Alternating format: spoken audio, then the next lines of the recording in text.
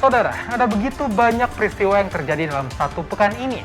Nah, kami telah memilih 3 di antaranya yang menuai banyak perhatian. Dan inilah berita populer pekan ini.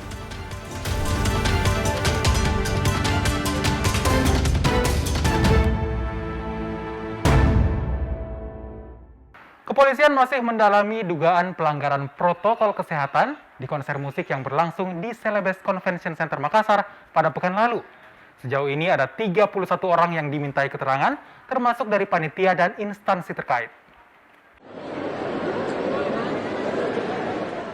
Ke-31 orang yang sedang menjalani pemeriksaan polisi tersebut terdiri dari panitia penyelenggara, Kesbangpol Kota Makassar, pihak rumah sakit dan dinas pariwisata.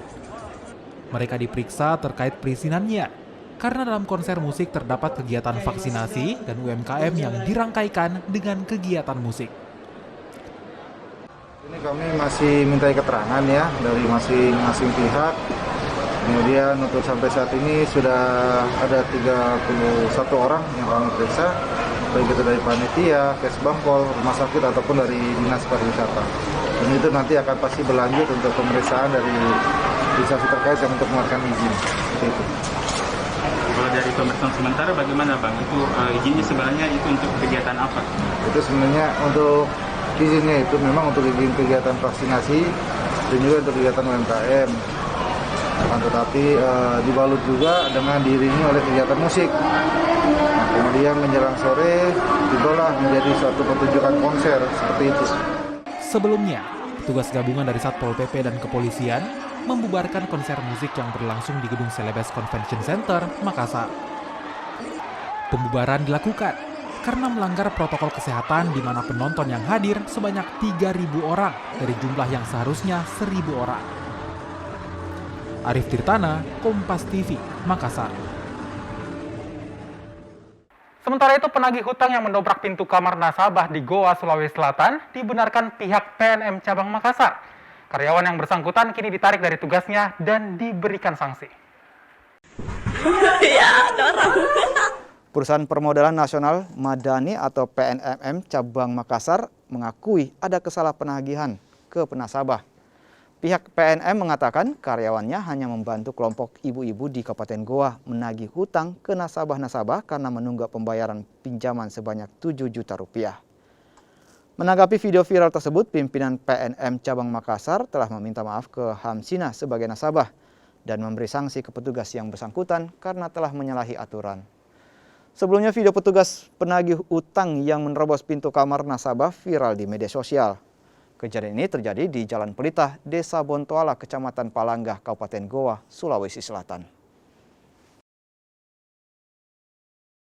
Menyampaikan permohonan maaf karena memang apa yang dilakukan oleh teman-teman kami di lapangan itu sebenarnya tuntutan pekerjaan mereka. Cuman mungkin caranya salah, tidak sesuai prosedur, sehingga untuk karyawan yang bersangkutan sudah kami berikan sanksi dan kami melakukan edukasi bagaimana cara melakukan penagihan yang benar. Itu yang pertama.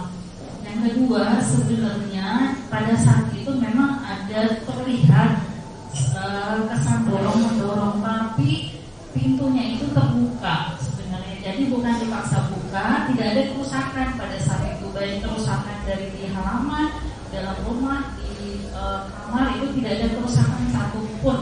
Sehingga sampai saat ini kami itu diterima sangat baik oleh ibu dan keluarganya. Dan mereka sudah menerima permohonan maaf dari PNM dan dari pihak keluarga terdakwa. Akibat ditembak oleh pemilik lahan, 3 rumah warga di Jalan Todopuli Raya, Kelurahan Borong, Kota Makassar, tertutup akses jalur keluar rumahnya. Bahkan pemilik rumah harus memanjat tembok setinggi 2 meter untuk bisa keluar. Penghuni 3 rumah di Kelurahan Borong ini terpaksa menggunakan tangga untuk bisa keluar lantaran akses jalan mereka di tembok pemilik lahan. Penghuni rumah mengaku kesulitan sejak akses jalan mereka di tembok pemilik lahan sejak 2 tahun lalu. Pihak pemerintah setempat yang mengetahui kejadian ini pun langsung melihat kondisi warga dan akan memanggil kedua belah pihak, yakni pemilik rumah dan pemilik lahan untuk mencari solusi agar tembok penutup akses jalan dapat dibuka. Nah, jadi pemilik coto itu dia mengaku dia punya lahan, Jadi waktu dia tutup sempat saya tegur, Pak, kenapa ditutup? Kenapa ditutup? Ini kan akses kami untuk jalan, mau beribadah, mau cari rezeki. Dia bilang susah juga Pak kita ini karena saya punya lahan ini, jadi saya tutup. Kalau kita mau lewat sini silakan sewa, dia bilang begitu. Silakan sewa, dong. Amalnya itu Pak, bagaimana? Dia bilang, jangan cerita amal karena saya sudah bangun masjid. Saya sudah bangun masjid, kalau cerita amal jangan, ini katanya begitu. Jadi sakit hati, tak dengar gitu. Kami sebagai pemerintah kelurahan Kecamatan Manggara, Kelurahan Borong, mohon maaf atas keterlambatan kami untuk menangani. Jujur, saya sebagai manusia miris sekali dengan kondisi ini. Dan insya Allah kami akan lakukan percepatan, memberikan bantuan segera untuk akses jalan. Segala cara akan kami tempuh, tapi dengan cara humanis dari kekeluargaan. Insya Allah, sebentar malam saya coba-coba berkoordinasi dengan Ketua RT dan RW dan para pemilik tanah untuk mengetuk hati nuraninya untuk membuka akses. Karena yakin saja yang tinggal ini adalah saudara-saudara kita. Nah, itulah tadi 3 informasi kami dalam berita populer pekan ini. Tetap patuhi protokol kesehatan, jaga diri dan keluarga dari COVID-19. Sekian, sampai jumpa.